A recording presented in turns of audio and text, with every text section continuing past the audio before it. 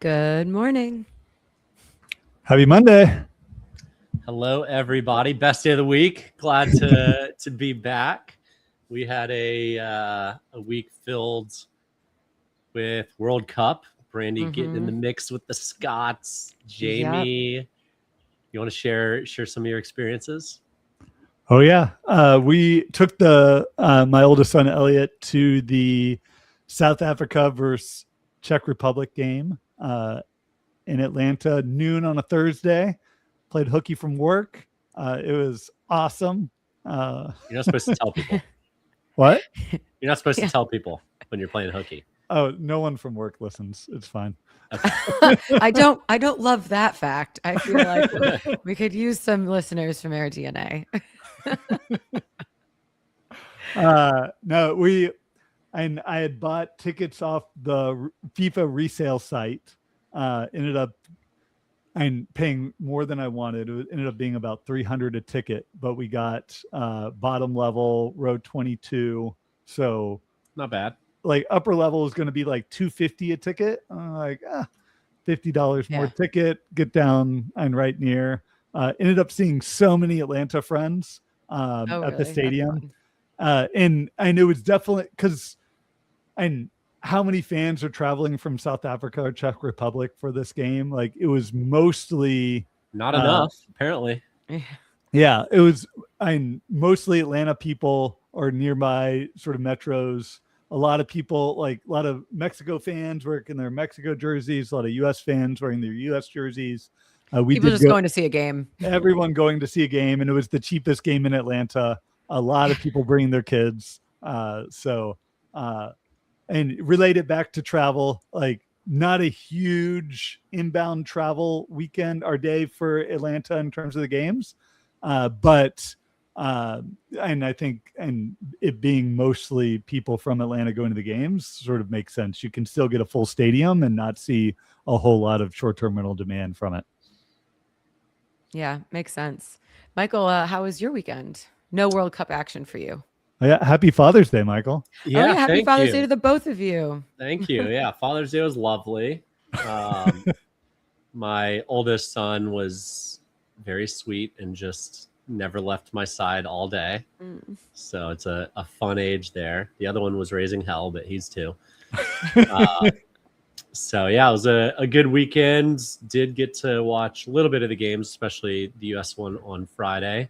Woo. Looking good. That was a good game. Gonna win it all. Yeah. How could we not? Love that confidence. Well, and Brandy, you were on a boat and then mixing up with the Scottish folk. Yeah. I had a nice boat day this weekend. And then I did actually get to go downtown, and we didn't go to like the heart of like down Faneuil Hall. If you know Boston, that's like where a lot, like there's like mass congregation, but we were still downtown at like a fun dive bar, and it was a mix of like Germans, some Dutch people, a bunch of Scots, some English people. Like there's just a mix of everybody there for the games. And then it was fun. Last night, we were at my friend's art studio in Dorchester, which has a big Cape Verdean population. And we were walking to dinner from the studio, and you could just hear like horns going off, and people are super pumped. So it's really, Boston is really embracing all of the different teams that are here, and it's just such a fun vibe. Like I think it's very special, like experience to have. That's awesome. I view myself as a worldly person, but I'd never heard of Cape Verde before. Am I the only one? I have a friend who's there's like families from there. So wow. That's been like okay. there's also, I think it's funny. There's there's a big population here. So it's the first time I think they've ever been in the World Cup. So there's just a lot of pride there, even though, who knows how far they're going to go. But I didn't realize that like almost all the teams make it through this. Like each group sends like 3 teams out of 4 to the next round. I'm like, okay, that's, it's a little bit less impressive when you make it out of the group stage this year than in years past, with 32 teams making it out, where in past years there's 32 teams starting out. So a little bit less impressive, but still fun. It will make the round of 32 game at least it looks like the U.S. is going to play Bosnia Herzegovina, so hopefully not a tough game in the round of 32. Never know. All right, Jamie, did you know Cape Verde? Yes, but only through work stuff. We're going about when we load, because we track data for every country, and you go in and there was a lot of all right, what are countries that we're going to recognize and which ones aren't, and all that sort of questions when you've got a sort of global app. But yes, certainly the Cinderella team of the Cup. For sure. Well, before we have we have actual data coming from Jamie, but before we hop into that, want to shout out our sponsor, Cloudbeds. Cloudbeds unifies your operations, distribution, guest experience, and revenue marketing in one place, powered by Signal, hospitality's first foundation AI model. So whether you're trying to drive more direct bookings, cut training time, or finally get your data working for you, Cloudbeds is built for what's next. You can learn more in the show notes or at cloudbeds.com/GMH. So, Jamie, we've been talking for weeks now about what was going to happen when we finally saw the data. How are hotels and short-term rentals feeling now that we're firmly in the World Cup? Yeah. So I've been following my friends, Jan Freitag and Isaac Colazo on LinkedIn, and they've been posting a lot about it. And this is since STR primarily collects historical data. And they do have some markets where they get forward data. You don't get forward rates. But now that we've got our first week under the belt, we do have some great data on short-term rental performance. And they've been talking about it, Jan in particular, around big events are primarily an ADR event and less so a occupancy event. And this has been the same. So some markets are up, some markets are down in terms of overall occupancy. So if you were just looking at occupancy levels and they're like, oh, wow, the World Cup is a bust. There is no one coming to these markets. And then you go and look at the ADRs. It's like, this is incredible. We're getting massive increases in overall ADRs around the World Cup. So we can put some data behind it now. Bailey's article does sort of outline the gains that we'd seen. And RevPARs were in Mexico City up 133%, Guadalajara up 54% for the South Korea versus game. And you then compare that. So that's the first game. And in our data and the short-term rental data, we saw South Korea versus Czechia demand up 33%. Then happened on Friday night was Korea versus Mexico, where demand was up 137%. So on the hotel, the highlights of that one were awesome too. If anybody saw any videos or reels, that was a gem. Right. So the hotels are getting the ADRs, so they're getting significant ADR growth. It's going to be mixed on occupancy, but overall, it has pushed overall U.S. hotels, Canadian hotels, Mexico hotels up to pretty strong gains for the week, and that should continue through the finals in July. Jamie, in this article, there's a quote that says, demand is very spiky around the days of the games. I don't know who to attribute it to. It was Jamie, for the listeners. It was Jamie. There was some hope that people would be coming and staying for the week, but right now, clearly, people are coming the day before, staying for the game and heading out. That makes a ton of sense if they're Americans heading into the town, or they live here and they want to go see their home country play. Now, why are we not seeing the data of this pool of Scottish folks that are coming and staying for the whole month? I mean, they've been right? here. They have been here pretty consistently. What are we missing? Is it just not enough volume? No, there's and volume is an issue. Also, different markets are seeing different increases. So, for example, Boston, the days of and before the Scotland Haiti game, occupancy in Boston was up 11%. So that's incredible. Like that's very strong for Boston, a pretty large short-term rental market. But then, 2 days afterwards, where there was no game, occupancy was now down 2%. And even the next game, I forget who played in Boston after that, but it was Norway. Yeah, occupancy was essentially flat. And so certain traveling groups are driving increases. And the other great example is what we're seeing playing out in Kansas City. So when Argentina and Algeria played, occupancy was up 9%. And in Kansas City is one of those markets, and we saw seeing almost a 60% increase in overall inventory on the short-term rental side. So on those days when Messi isn't playing, occupancy in Kansas City is down 30% year over year. So we are seeing sustained higher demand. Like non-game days, it's still up 20% versus last year. And on game days, it's up over 70%. But we're not seeing enough sustained demand to pull occupancy above. But ADRs in Kansas City around the Messi game were up 107%.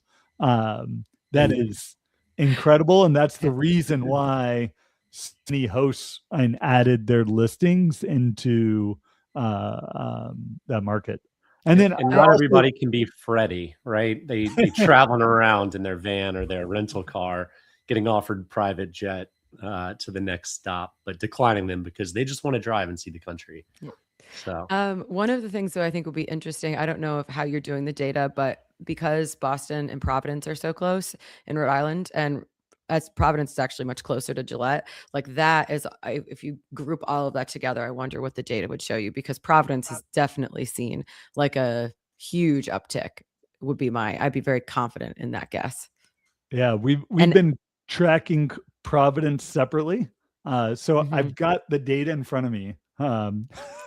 So for fast, Boston, always so impressive. I did prepare beforehand. So I mentioned how Boston occupancy was up 11% for the Haiti Morocco game. You think Providence was stronger or weaker than in Boston? For Haiti Morocco, I might say weaker. Stronger because the Scots are just chilling there for the week, right? It was almost exactly the same. It was up 10%. ADRs were up not as strong. They're up 14% compared to 28% in Boston. So people willing to pay up to be in downtown Boston as opposed to Providence, but definitely a demand spike playing out in Providence, just like we're seeing in Boston. Yeah, it's awesome. I love it. Good news for the hometown. Yeah, but even in Atlanta, like the game I was at, and midweek occupancy and two sort of, and I wouldn't say no-name teams, but lesser and sort of popularity teams, occupancy was down. But then when you had Spain playing versus Cabo Verde, and it was essentially flat and much stronger ADR growth. So I think this is any indication from the first week, that when you do have the big teams playing, there's people traveling in, there's really strong occupancy and ADR gains.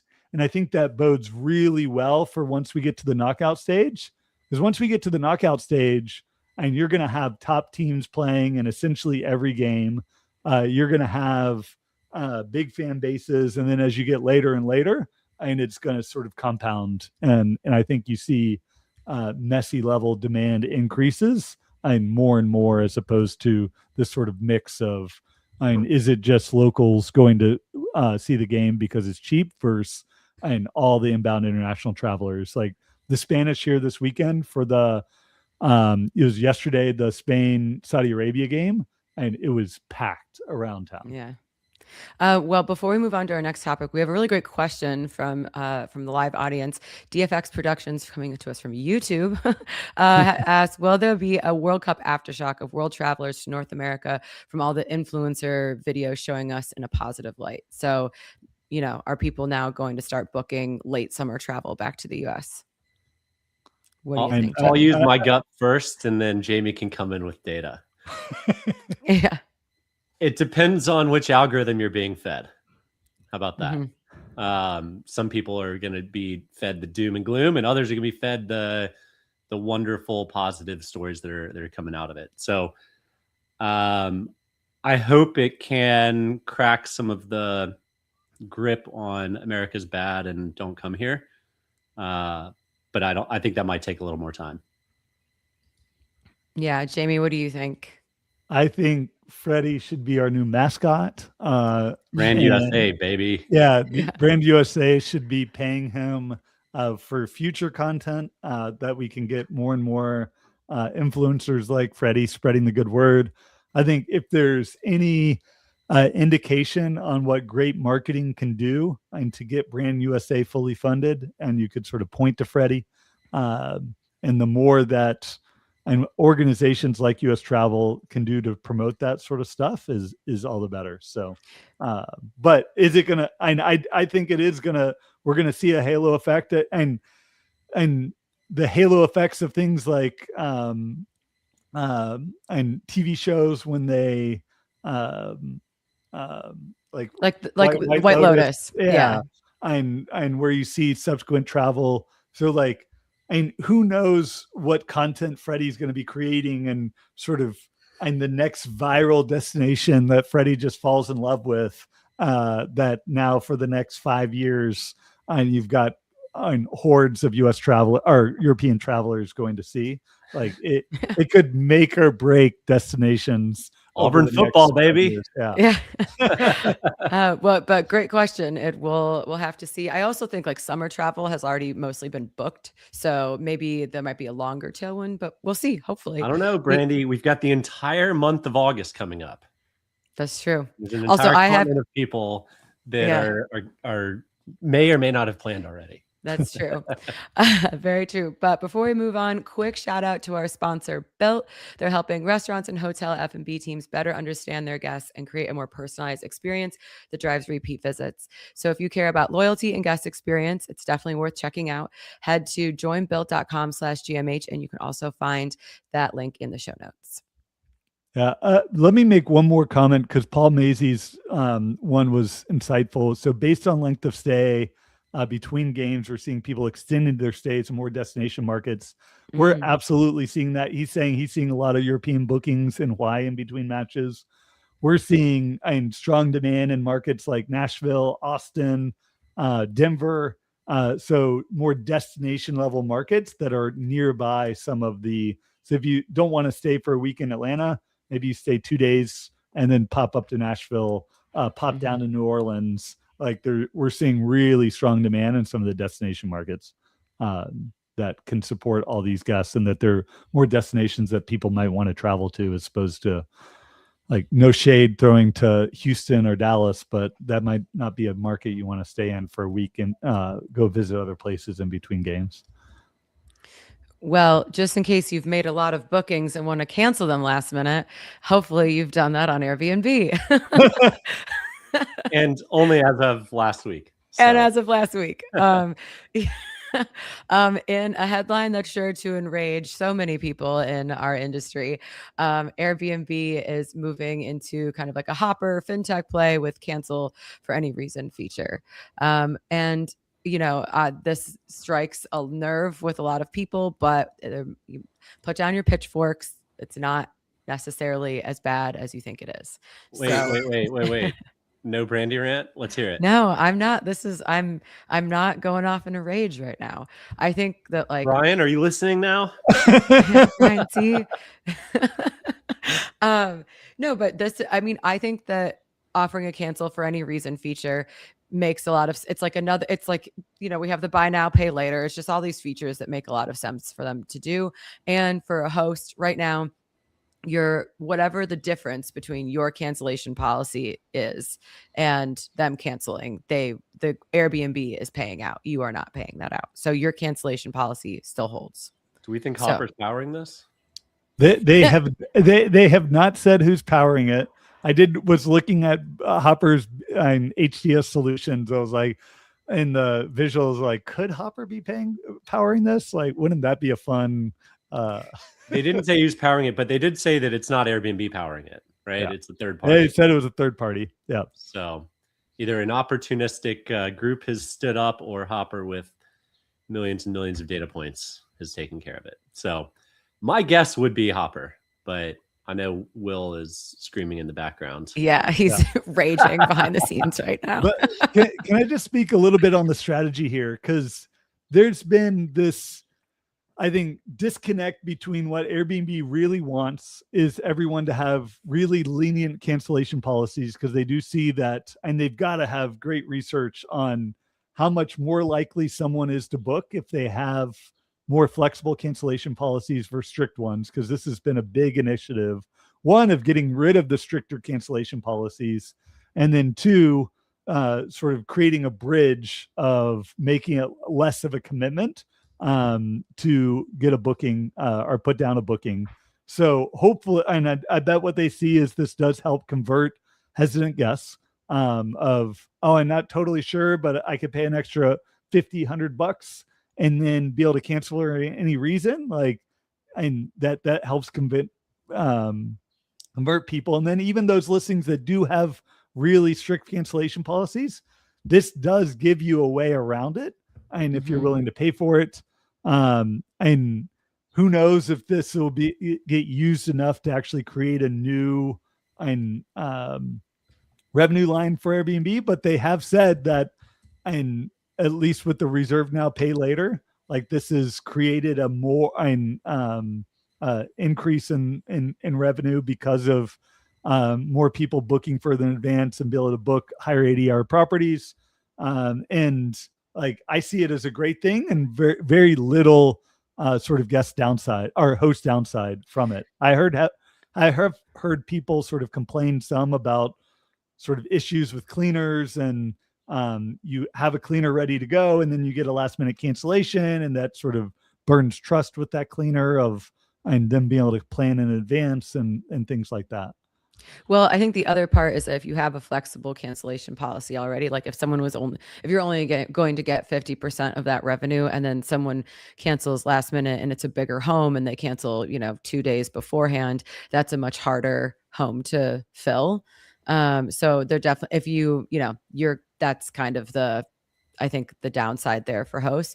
I don't think, however, that this is going to cause like a wave of people canceling last minute. I just don't see that happening, but but if you're a mega home, then 1 or 2 bookings canceling last minute can be heavily huge for right? sure. Yeah. So this, from a consumer side, this solves Jamie's conundrum of the property we always like to stay in at the same beach every year is booked. I'm just going to go ahead and book it. I'll pay the fee in case we change weeks or anything. And for $150, totally fine. But yeah, this could hurt, the Aspen homes on New Year's week. Hey, Shh. Sorry, B. Sorry. Brandy rent. No. I mean, it's just, I understand. I mean, there's been like a knee-jerk reaction that I've been hearing where just like there's just, with the bigger homes, the companies that operate these bigger homes, Airbnb is just never the platform of choice because of all of these policies like this. And this doesn't do, I think, enough to improve the relationship with those companies. It's just another, kind of another slap. But even if it's a little, I don't think it's going to be as dramatic. It's just one more data point against Airbnb for some of those operators. But I guess we'll have to wait and see once this rolls out. So we have two points. I can't wait to hear a Brandy rant 6 months from now. Yeah, exactly. Like, I'll store it up. It'll just burn inside of me for a little bit. Well, and so we have to see, like, does this cause a wave of last minute cancellations? And then also who is behind, who's actually, supporting this on the back end. I'll say I tried to find some booking. I tried like 30 this morning to see if I could find an offer to be able to do the extend cancellation. I couldn't find any of them. So maybe it's something they're rolling out. Maybe I'm not eligible as a guest yet. But excited to see how they're pricing it, because they blocked the 3 of our accounts. Yeah, exactly. Well, if you have some of these Airbnb guests that don't cancel last minute and do stay at your property, and you want to get their actual contact information, you should use StayFi. They're our third sponsor for the episode. StayFi helps short-term rental operators build direct guest relationships through branded Wi-Fi portals, email marketing, and guest data tools that turn one-time bookers into repeat guests. Start growing your direct booking revenue today at stayfi.com/goodmorninghospitality, or find that link in the show notes. So our third topic for today is American Express spending a big chunk of change, $700 million, on TheFork, which is basically the Resi or the Open Table of Europe. They're the StayFi of restaurant reservation data. TheFork is the Resi of Europe. They're huge. They're the incumbent, and they obviously have a lot of data, and now this creates a better in for Amex in Europe, who's been one of the laggards versus Visa or MasterCard. So, I wouldn't say any of us on this show are experts on that. I think it's more interesting for us on what it means for TripAdvisor. Mm-hmm. Jamie, any takes before you jump into what it means for TripAdvisor? No. So what does it mean for TripAdvisor? Yeah, I think we've talked about it explicitly on this podcast. So like Viator is killing it on the experiences side. The core TripAdvisor product has definitely seen some weakness, and it feels like more and more pushed out.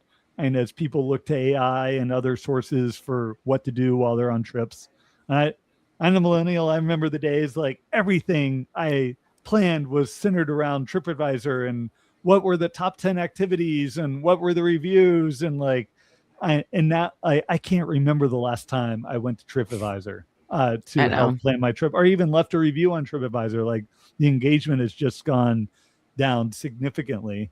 So I think, and the article calls out how they haven't talked, and they've said they're not exploring the sale of Viator. So is this company just Viator, and maybe they sell off the remnants of TripAdvisor?